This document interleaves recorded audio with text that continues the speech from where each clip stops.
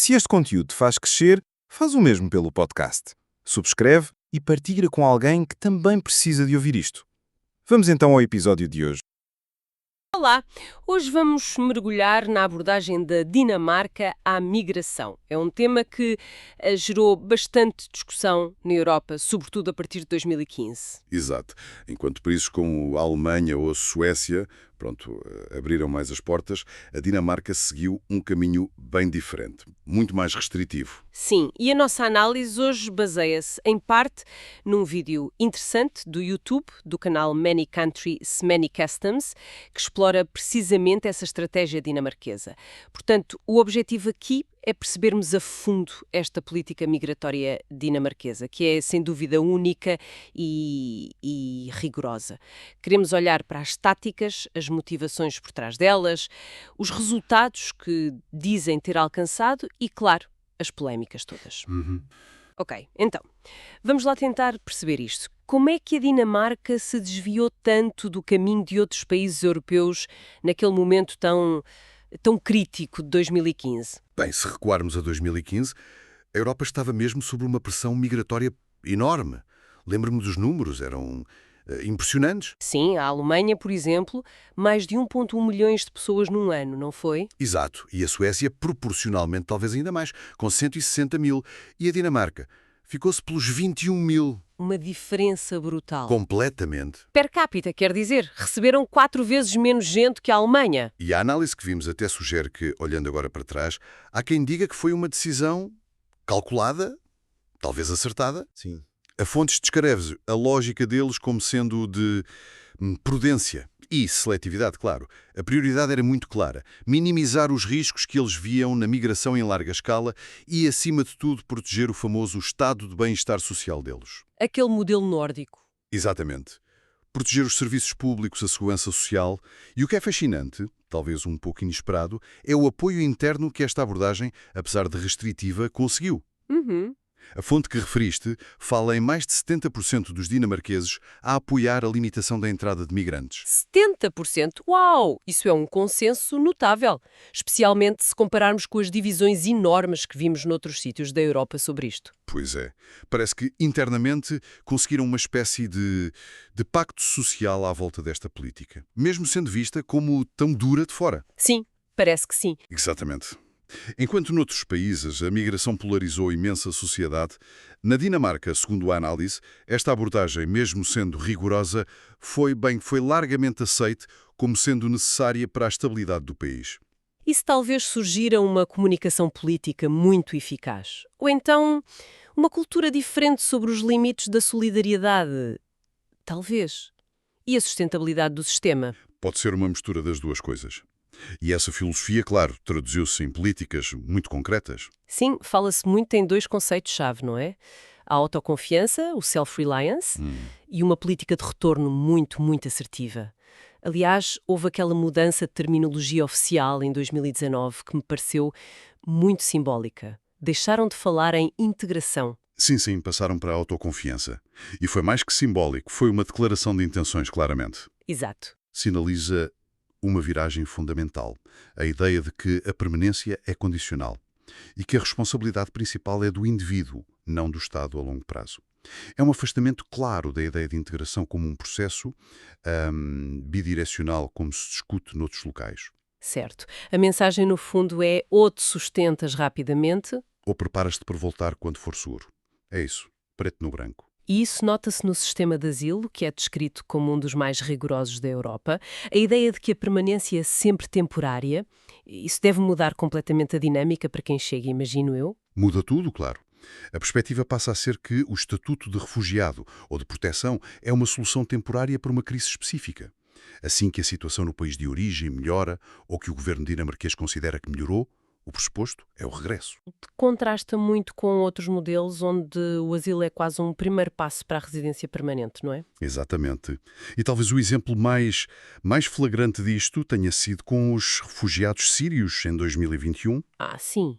Quando declararam Damasco como segura e começaram a revogar autorizações de residência. Uau! Isso deve ter sido uma tempestade internacional. Foi extremamente controverso.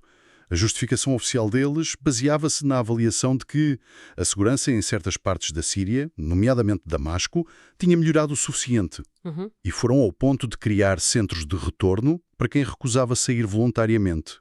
Locais com condições básicas, com o objetivo claro de incentivar a partida. Que medida drástica. E a firmeza deles perante as críticas internacionais foi... Notável. Mantiveram a posição, argumentando que estavam simplesmente a aplicar a lei e a lógica da proteção temporária que defendem. É impressionante, essa determinação.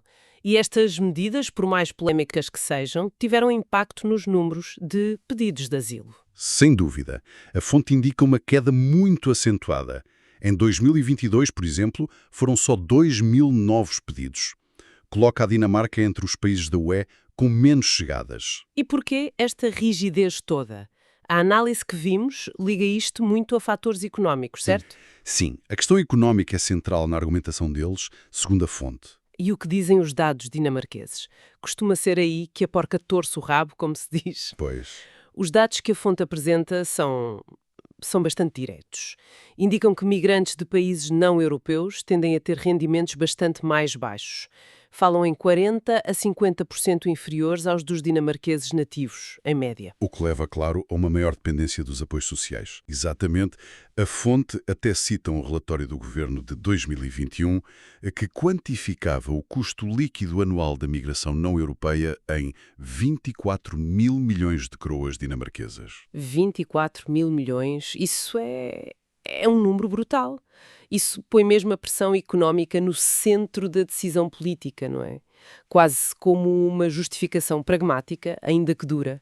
É essa a narrativa que emerge da fonte, sim, que a sustentabilidade do generoso Estado Social dinamarquês exige que todos contribuam ativamente para a economia.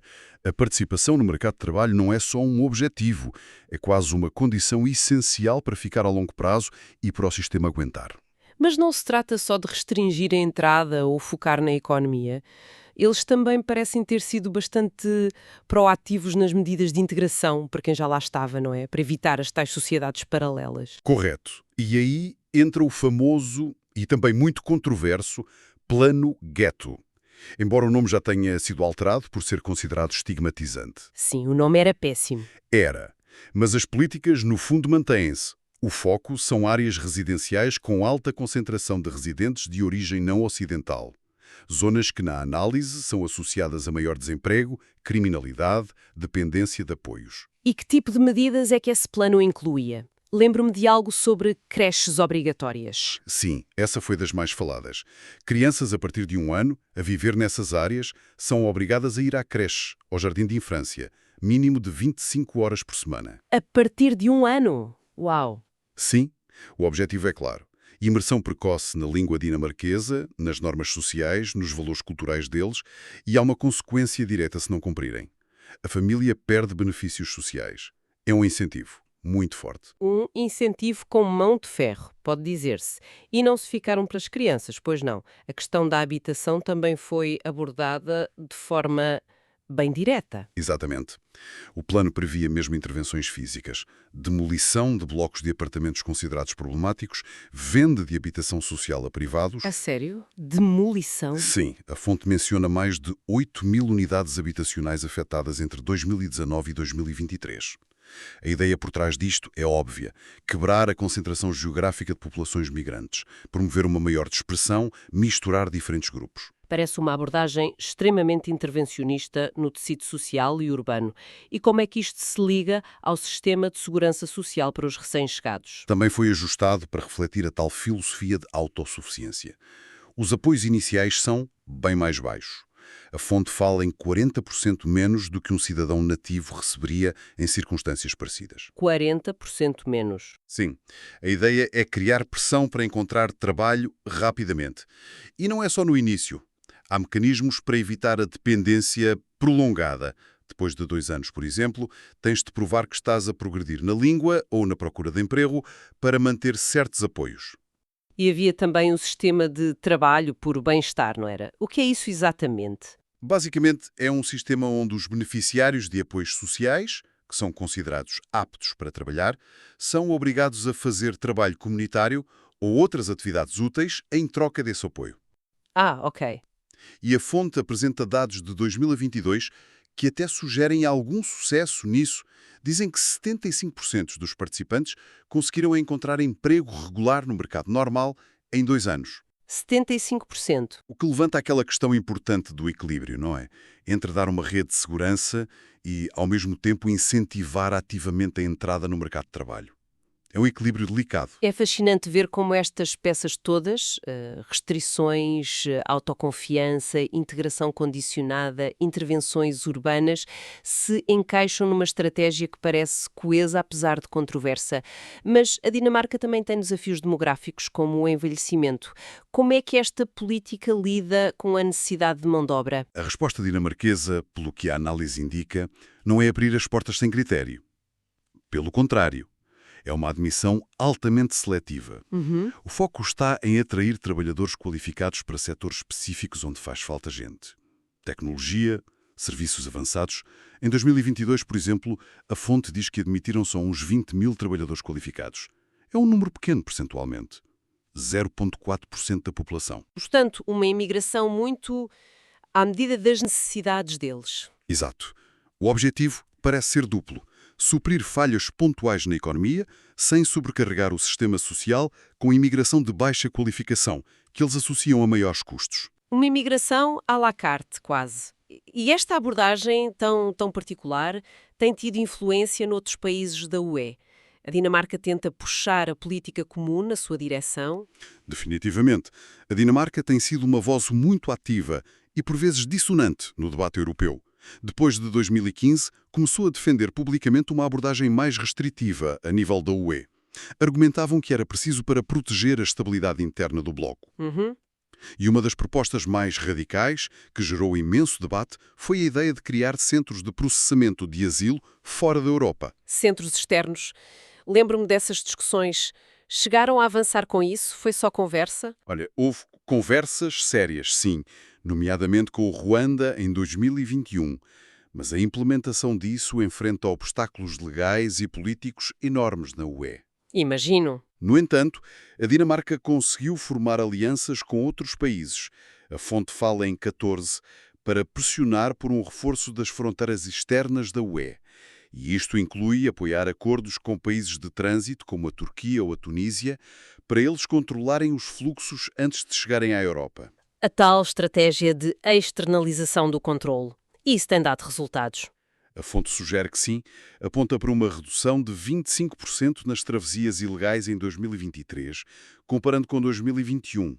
Se ligarmos os pontos, vemos uma tentativa clara da Dinamarca e dos seus aliados de gerir a migração mais à montante, intervir antes da chegada às fronteiras europeias. O que, claro, também levanta outras questões sobre direitos humanos e responsabilidade partilhada, não é? Exatamente. É uma estratégia que não está isenta de críticas sérias nesse aspecto. Naturalmente. Uma abordagem tão assertiva e restritiva não pode deixar de gerar forte oposição. Quem são os principais críticos e quais são os argumentos deles? As críticas mais fortes vêm, como seria de esperar, de organizações de direitos humanos. A Amnistia Internacional e a Human Rights Watch são citadas na fonte. Certo. Opõem-se totalmente à ideia dos centros de asilo externos. Dizem que viola o direito fundamental de pedir asilo e que pode levar a condições desumanas nesses centros, fora do controle legal europeu. E a decisão sobre os refugiados sírios também foi um ponto de condenação internacional muito forte. A fonte refere que, até final de 2023, mais de 1.200 sírios tinham perdido a residência. Uma medida que muitos classificaram como desumana, claro, dada a incerteza sobre a segurança real no regresso. E como é que o governo dinamarquês responde a estas acusações de desumanidade, de violação de direitos? Qual é a defesa deles? A posição oficial, tal como a fonte a retrata, tem sido de grande firmeza. A primeira-ministra dinamarquesa, citada em 2022, defendeu que a prioridade absoluta é garantir a estabilidade social e a segurança a longo prazo da Dinamarca. Argumenta que isso é essencial para a própria sobrevivência do modelo de bem-estar deles. Uma lógica de autopreservação, basicamente. É essa a linha. E quanto ao plano gueto, as críticas apontam para a estigmatização das comunidades migrantes, para o risco de criar mais segregação em vez de integração.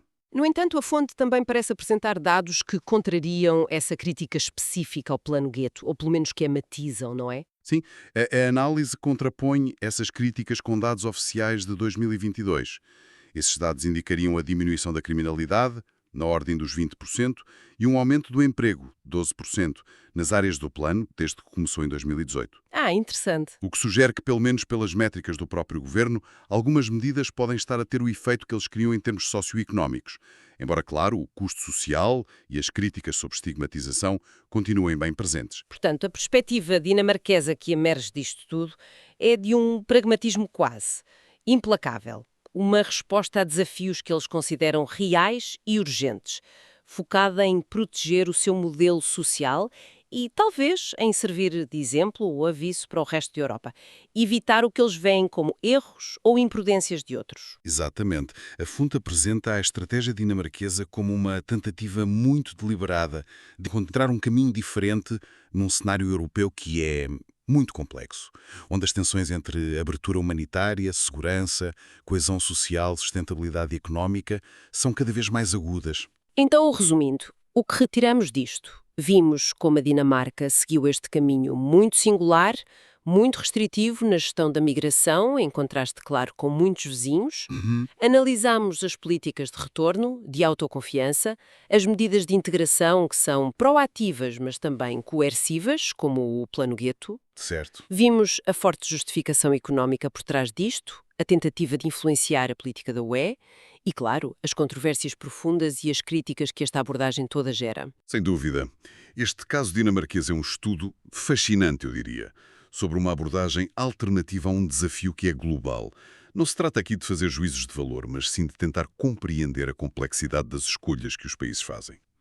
Mostra bem os compromissos difíceis entre valores humanitários, preocupações com segurança, a necessidade de manter a coesão social e a sustentabilidade do Estado Social. É uma estratégia com uma lógica interna muito clara, mas com custos e consequências que são e continuarão a ser alvo de intenso debate. E fica a questão no ar para quem nos ouve refletir.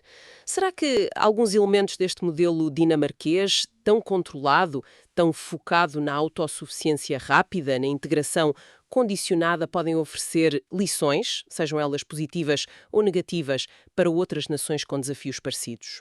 Ou será que estamos perante um modelo em que o foco na preservação nacional, quando interpretado de forma tão restritiva, entra inevitavelmente em conflito com princípios humanitários mais universais?